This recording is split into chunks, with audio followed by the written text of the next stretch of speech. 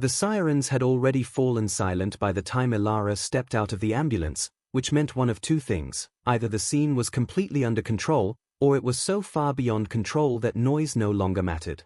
The sticky January heat of Bondi clung to her like a second skin, but as she rounded the corner of Campbell Parade, a different kind of cold settled deep in her chest.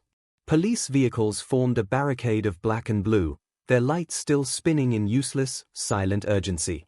Yellow crime scene tape fluttered across the entrance of a small convenience store, the kind of unremarkable corner shop where tourists bought overpriced sunscreen and locals grabbed their morning milk. Nothing about its modest facade suggested it would become the epicenter of the worst Australian case in decades. But Elara had been a paramedic for 14 years, and she had learned that horror never announces itself with trumpets. It whispers. It waits. And then it shatters everything. She had been mid-bite into a stale Vegemite sandwich when the call came through: shots fired, multiple casualties, Bondi Junction Precinct. The dispatcher's voice had cracked on the word multiple, and that crack was what told Elara this was different. She had heard that dispatcher guide helicopters through cyclone rescues and pull drowning toddlers from swollen rivers without once losing her composure. But today, her voice splintered like glass. Elara left the sandwich on the dashboard, crust facing up, and she remembered thinking with absurd clarity that she would never finish it. Some moments divide a life into before and after, and this was one of them. She didn't know yet that the man waiting for her inside that convenience store would change everything she believed about forgiveness, about humanity, about the thin, fragile line that separates monsters from men. The officer at the perimeter was young, maybe 22, 23, with a splatter of freckles across his nose and the hollow, thousand-yard stare of someone who had just seen the underside of the world. He lifted the tape for her without a word, and Elara stepped through. The first thing she noticed was the smell, iron and salt and something acrid, like burnt electrical wiring. The second thing was the silence. Bondi at midday should have been a symphony of chaos: seagulls squabbling over chips, tourists chattering in a dozen languages, the rhythmic crash of waves against the shore. But today, the universe had pressed mute. Even the ocean seemed to hold its breath. Elara's boots crunched on broken glass as she moved toward the open door of the convenience store, and she felt the weight of every eye on her back: the officers, the witnesses, the paramedics who had arrived just ahead of her. They were all waiting for her to do something miraculous. She wasn't sure she had any miracles left. Inside, the fluorescent lights buzzed with a sound like trapped flies. A display rack of potato chips had been knocked over, scattering bags like fallen soldiers across the linoleum floor. The cash register drawer hung open, untouched. This wasn't a robbery. Elara had seen robbery scenes before: the frantic disarray, the emptied drawers, the shattered locks. This was something else entirely. This was a hunting ground. 3 bodies lay in various states of stillness, covered hastily with whatever had been available: a beach towel, a denim jacket, a torn sheet from the store's back office. Elara's training kicked in, a cold and mechanical thing that allowed her to assess without feeling. She noted the positioning, the distance between each victim, the trajectory suggested by the small dark holes in the walls. The shooter had moved with purpose. He had known exactly what he was doing. And then she saw him. He was slumped against the back wall, behind a stack of six-packs and a shattered jar of pickled eggs that had leaked yellow brine across the floor. His shirt was dark with blood, his own blood, and his right hand still clutched a semi-automatic pistol with the kind of desperate grip that suggested he had forgotten how to let go. He was young, younger than she had expected. Maybe 25. His face was the color of old parchment, and his eyes were open but unfocused, drifting somewhere far beyond the fluorescent lights and the broken glass. A police officer stood 10 feet away, weapon drawn, shouting commands that the young man no longer seemed capable of hearing. "Drop the weapon. Drop it now." But the young man just stared at the ceiling, his lips moving soundlessly, as if he were having a conversation with someone only he could see. Elara should have waited. That was protocol. The scene was not secure, the shooter was still armed, and any sane person would have let the tactical team do their job. But something in the young man's face stopped her, a flicker of something that didn't belong in the face of a killer. She had seen rage before, cold and hot alike. She had seen the blank emptiness of psychosis and the wild terror of someone cornered. But this man's expression held none of those things. What she saw in his eyes, just for a moment before he blinked it away, was grief. Not the performative grief of someone caught red-handed, but the deep, oceanic kind that drowns a person from the inside out. It was the same grief Elara had seen in the faces of parents who had just watched their children die. And in that moment, she made a choice that would be scrutinized by every review board, every inquiry, every official investigation that followed. She stepped forward. "Wait," she said, and her voice came out softer than she intended. The officer with the drawn weapon looked at her like she had sprouted wings. "Just give me a minute." That is not." "1 minute," she repeated, and she walked toward the young man as if she were approaching a wounded animal, slow, unthreatening, hands visible. She heard the collective intake of breath behind her, heard someone radio for backup, heard the sharp whisper of "What the hell is she doing?" But she kept walking. The young man's eyes finally focused, finding her face with the slow recognition of someone waking from a deep and terrible dream. His grip on the pistol tightened, and for one heart-stopping second, Elara thought she had made the worst mistake of her life. Then his hand began to tremble, and she saw tears spill down his cheeks, cutting clean tracks through the grime and blood. "I didn't want to," he whispered. His voice was raw, scraped hollow by screaming or crying or both. "I didn't want to do any of it." Elara lowered herself to the floor, sitting cross-legged on the sticky linoleum like a kindergarten teacher preparing for story time. The glass bit into her knees, but she didn't flinch. She looked at this young man, this shooter, this killer, this monster the news would vilify for years to come, and she made a decision that defied every instinct for self-preservation she possessed. She decided to see him. Not the weapon, not the bodies, not the horror he had unleashed. Just him. A boy, really, who had somehow become unrecognizable even to himself. "What's your name?" she asked. He blinked at her, surprised by the question. Maybe he had expected condemnation, or pleading, or the cold efficiency of someone doing a job. But kindness? Kindness was a language he had forgotten how to speak, let alone hear. "Liam," he said after a long pause, the word catching in his throat like a fishhook. "My name is Liam." "Okay, Liam," Elara said, and she smiled, a real smile, not the practiced one she used on anxious patients. "My name is Elara. And I'm not going anywhere." What followed was not an interrogation or a negotiation. It was something far stranger, far more profound. Liam talked, and Elara listened. He talked about his mother, who had died 6 months ago from a cancer that ate her bones while the insurance company ate their savings. He talked about his father, who had responded to grief by filling their small apartment with silence and a bottle of whiskey that never seemed to empty. He talked about the job he lost, the girlfriend who left, the friends who drifted away one by one because no one knows how to sit with someone else's pain. And then he talked about the forums, the dark corners of the internet where lonely young men gathered to share their resentments like communion wafers. They had given him a language for his rage, a target for his despair. They had told him that the world had failed him, and he had believed them because believing was easier than the alternative.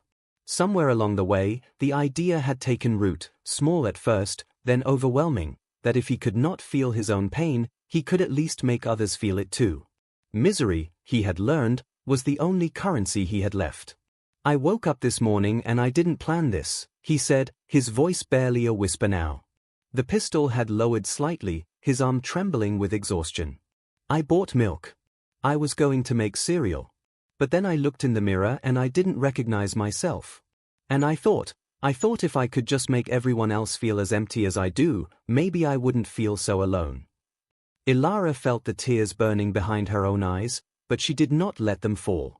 This was not about her. This was about a young man who had been so starved for connection that he had mistaken destruction for intimacy. She thought about her own son, Max, who was 11 years old and obsessed with video games and would probably never understand why his mother came home with shadows under her eyes and stories she couldn't tell him. She thought about how close anyone could come to the edge, given the right combination of grief and isolation and bad company. She thought about the thin, thin line between the people we call monsters and the people we call neighbors. "Liam," she said gently, "do you know what I see when I look at you?" He shook his head, a small, broken motion. "I see someone who is in more pain than any person should have to bear alone," she said. "I see someone who made a terrible choice because he couldn't see any other way out. And I see someone who is still here, still breathing, still capable of making a different choice. Right now. In this moment." He stared at her, and she watched something shift behind his eyes, a crack in the wall he had built around himself, letting in a sliver of light he had tried so hard to extinguish. His hand opened, and the pistol clattered to the floor. The sound was deafening in the silence, and behind her, Elara heard the rush of boots as officers moved to secure the weapon, to cuff him, to take him away. But for one suspended moment, none of that existed. There was just Elara and Liam, two strangers on a dirty floor, connected by the only thing that had ever mattered, the choice to see each other as human. As they led him past her, his wrists cuffed, his head bowed, his body shaking with sobs, he stopped. Just for a second. And he whispered two words that Elara would carry with her for the rest of her life: "Thank you." She didn't sleep that night. Or the next. The news cycles played on repeat, calling it the worst Australian case in decades, dissecting every detail with the hungry precision of vultures.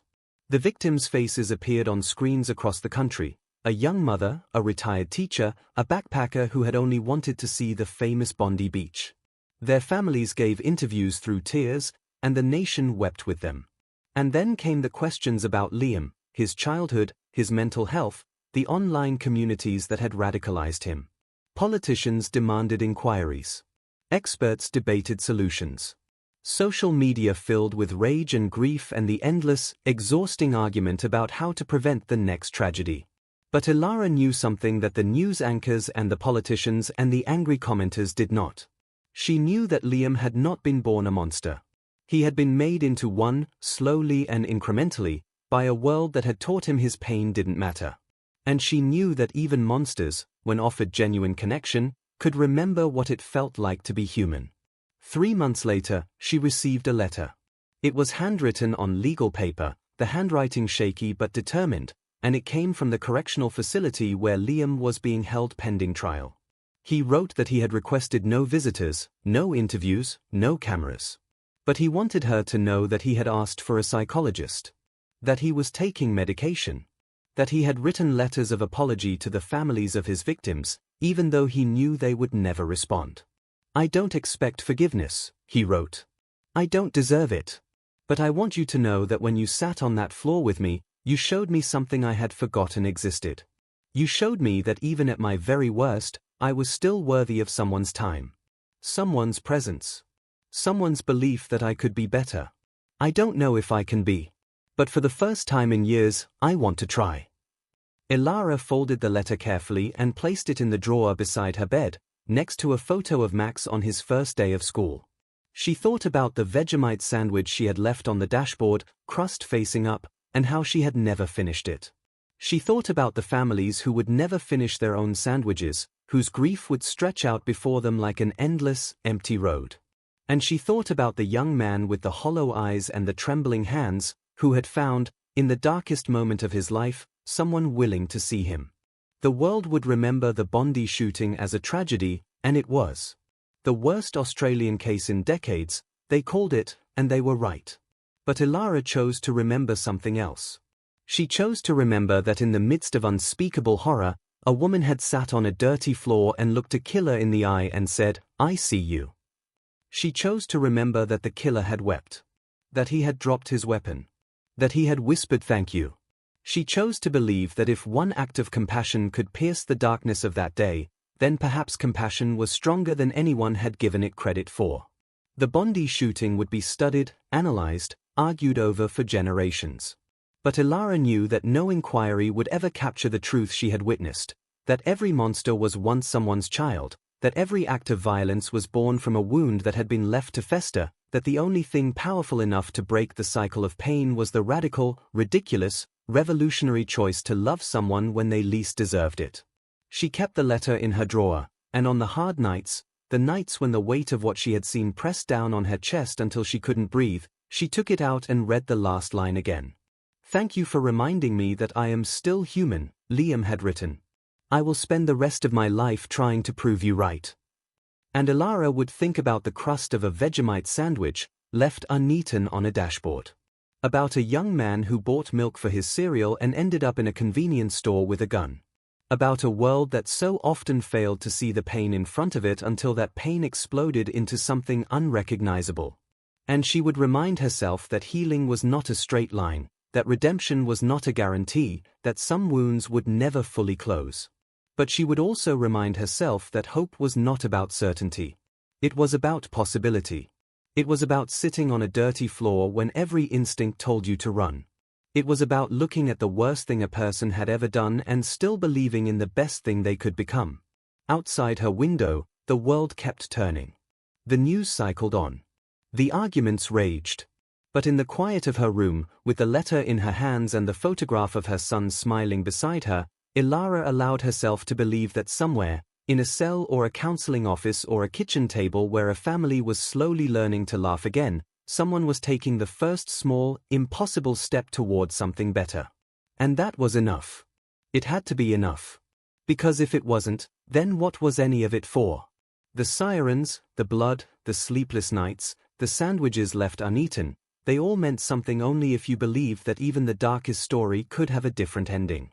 Liam's trial would come. The victims' families would have their day in court. The world would demand justice, and justice would be served. But Elara knew that justice and healing were not the same thing. Justice was a closing door. Healing was a window left open, just a crack, just enough to let in a little light. And on the floor of that convenience store, surrounded by broken glass and shattered lives, she had chosen to leave the window open. Not for Liam alone, but for everyone who had ever believed they were beyond saving. For every person who had ever looked in the mirror and failed to recognize themselves. For a world that so desperately needed to remember that no one is beyond the reach of kindness. She folded the letter one last time, turned off the light, and closed her eyes. And in the darkness, she smiled.